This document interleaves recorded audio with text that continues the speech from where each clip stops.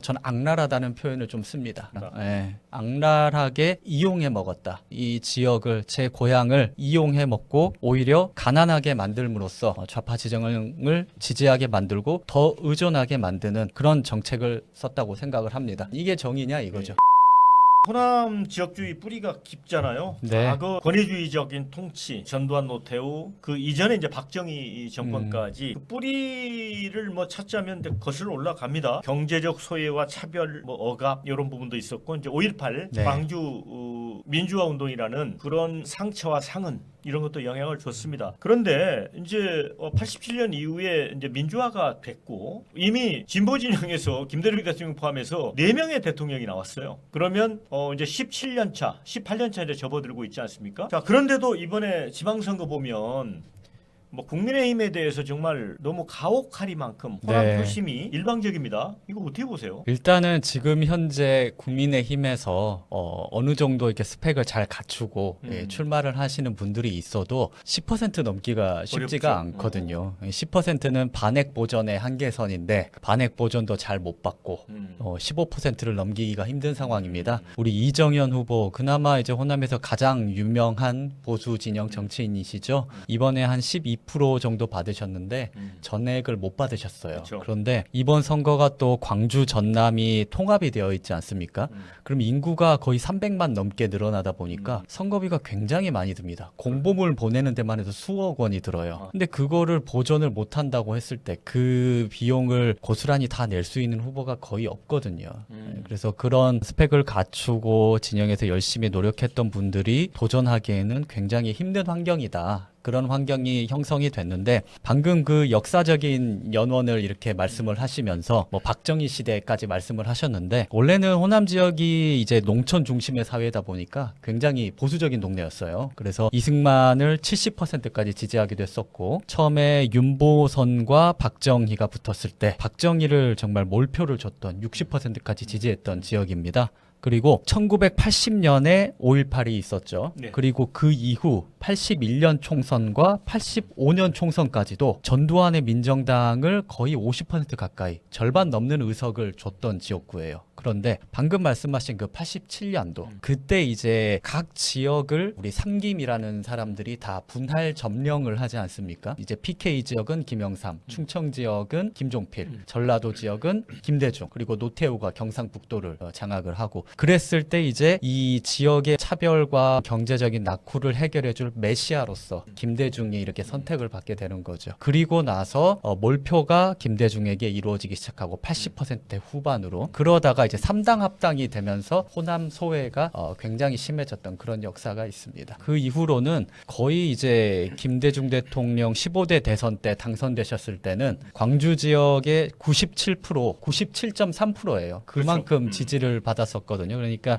다른 보수 진영의 정당 정치인들이 완전히 그때 씨가 말랐죠. 조직이 다 무너졌고요. 그리고 이제 DJ가 이제 97.3% 네. 받았고 그 뒤에 이제 노무현 후보도 네. 영남 출신인데도 95.2% 호남이 네. 압도적 지지. 문재인 61.1%. 그런데 이제 문재인 61.1%는 그때 그때 안철수로 표가 분산이 됐기 때문에 네. 사실상 합치면 또 90% 이상 맞습니다. 나오는 거고요. 맞습니다. 네. 이재명 현 대통령도 84.8%. 그런데 당시에 김문수 국민의힘 후보는 9.2%. 그런데 이제 반면에 대구 지역을 이제 득표율을 보면 노무현 18.7, 문재인 21.8%, 이재명 23.22%. 그러니까 네. 18%에서 23%까지 5%가 올라가고 있어요. 특히 이제 이번 지방선거 때도 보면 김부겸, 김경수가 거의 뭐 여론조사에서는 그렇죠. 당선이 될 이겼었죠. 거를처럼 네, 가다가 뭐 탈락하긴 했는데 40%대에 맞아요, 아니면 그 맞아요. 이상 가는 표를 네, 얻었어요. 네. 그런데 호남은 아니란 말이에요. 이게 네, 왜 그렇다고 보세요? 일단 경상남도 쪽, 특히 그 PK 쪽은요, 부마 항쟁이라고 하죠. 그런 민주화 운동을 이끌었던 그룹이란 게 있었습니다. 예를 들면 노무현, 문재인부터 해가지고 송철호 전 울산시장도 마찬가지고 그분들이 이제 팀을 짜가지고 열심히 민주화 운동을 하면서 동지에서 뭉쳐 있으면서 지원도 서로 해주고 하는 그런 그룹이 있었어요. 그런데 호남은 그런 그룹 자체가 없다. 조직 자체가 완전히 없다. 하는 그런 느낌을 받았습니다. 그래서 보수적인 성향인 사람들도 일단 정치를 내가 하고 싶어요. 그러면 일단 DJ를 찾아가는 수밖에 없어요. 그래서 보면은 민주당에서 정치에서 당선까지 되셨던, 호남에서 정치를 하셨던 분들 보면은 대화를 해보면은 굉장히 보수적인 성향의 분들이 많이 있어요. 특히 경제적인 분야에서는 더욱 그렇고, 대북관에 있어서도 이게 어떤 민족이나 민주화 운동 하시던 분들, 특히 NL 계열의 북한을 맹목적인 추종하거나 이런 분들이 아니라 남북 간에 이렇게 협력을 했을 때 얻는 경제적인 이익을 보고 그쪽에 투신하신 분들이 많거든요. 그래서 보수적인 생각을 담는 그릇 자체가 좀 부재했던 게 오늘날까지 이어진 이런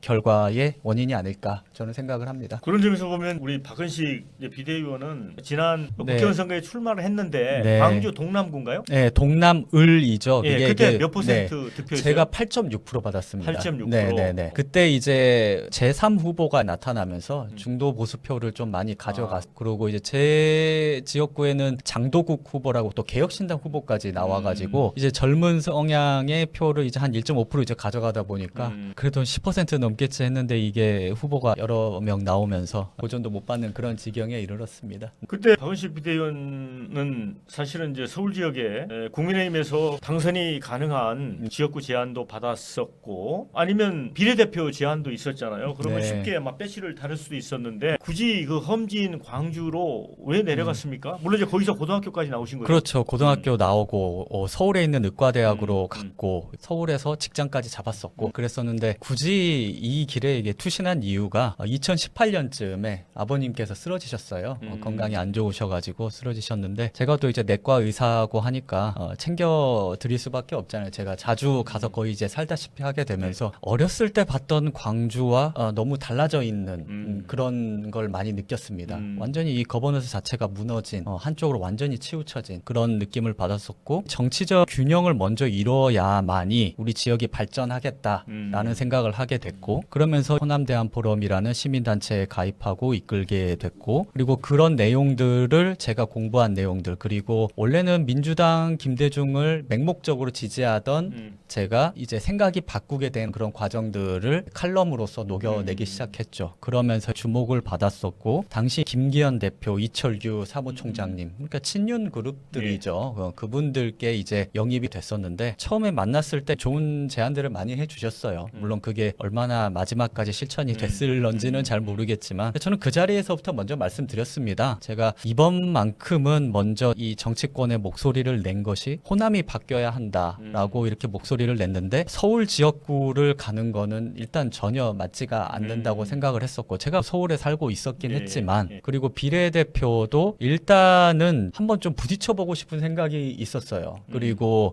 당시에 이제 우리 당의 비례대표를 노리시는 분들이 굉장히 많았습니다. 예, 호남 몫의 비례를 뭐 5석을 주네 마네 뭐 이런 얘기를 하면서 여러분들, 주기환 뭐 광주시당 위원장, 뭐 인유한 위원님, 뭐 광주에 출마했던 분들, 그리고 그런 분들이 뒤에서 해주신다면, 그리고 이런 선순환 구조도 좀 있어야 된다고 생각을 했어요. 그분들은 예전에 이제 광주시장으로도 출마하고 구청장 출마하셨던 분들이니까, 이분이 배지를 달면은 이제 뭐 다음에는 저도 출마하고 고생했으니까 한번 이렇게 들어가고 하는 그런 선순환적인 구조를 만들어 놓고, 그분들이 팀을 이뤄서, 그러니까 한번 출마했던 분들, 최고위원 했던 분들, 그리고 국회의원을 했던 분들이, 그런 분들이 팀을 이루면은 우리도 PK 지역의 부마항쟁 그룹처럼 그런 그룹이 될 수 있겠구나. 그래서 이런 선순환 구조를 만들면 좋겠다 싶어가지고, 저도 한 번은 힘든 길을 가는 모습을 보여주자. 그리고 이런 걸로 다져진 사람들을 뭉치게 하자. 이런 생각이었었습니다. 근데 그때 이제 저도 이제 선거운동 하는 거 뭐 페이스북이나 이런 거 사진 같은 거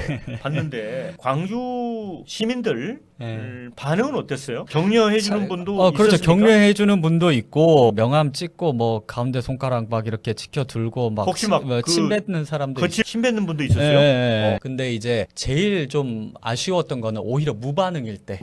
무반응이 더 무서워요. 뭔가 반응이 있으면은 뭐라도 이렇게 부딪히고 난리 나는 어떤 그런 게 이제 매스컴에 타면은 뭐 이렇게 이런 갈등 상황, 호남의 힘든 상황 이렇게 뉴스거리라도 되는데, 제가 갔을 때는 아예 쳐다보지 보질 않으시더라고요. 야, 예. 그게 좀 견디기가 예. 더 어려웠네요. 예. 그러니까 마치 유령 네, 보듯이 네. 이렇게 그렇죠, 취급하는 그렇죠. 거죠. 아예 고려 대상이 아닌 거죠. 악플이 아니고 무플이야. 그렇죠. 무플. 무플이 더 무서운 거죠. 악플이라도 달리면 뭐 예. 반응이라도 할 예. 텐데 제가 그게 아닙니다 하고 예. 이렇게 반응이라도 할 텐데 이 전라도 아. 쪽에서는 오히려 민주당이 약간 보수 이런 개념이 좀 있어요. 그리고 진보당, 정의당 이런 사람들이 진짜 진보지.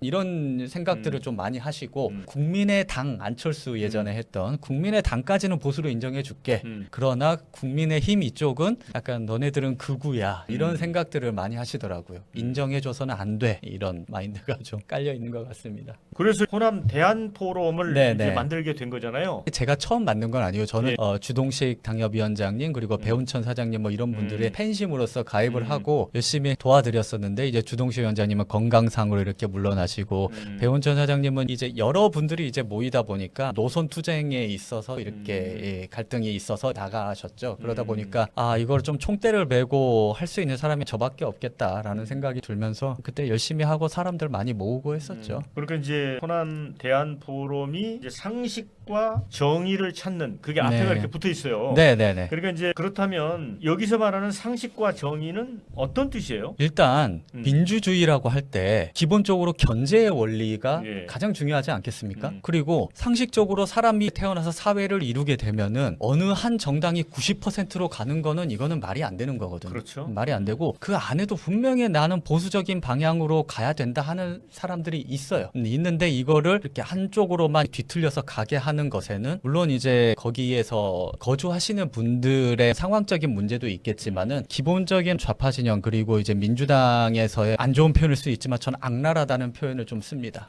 예, 악랄하게 이용해 먹었다. 이 지역을 제 고향을 이용해 먹고 오히려 가난하게 만들므로써 좌파 지정을 지지하게 만들고 더 의존하게 만드는 그런 정책을 썼다고 생각을 합니다. 이게 상식이냐 이거죠. 이게 정의냐 이거죠.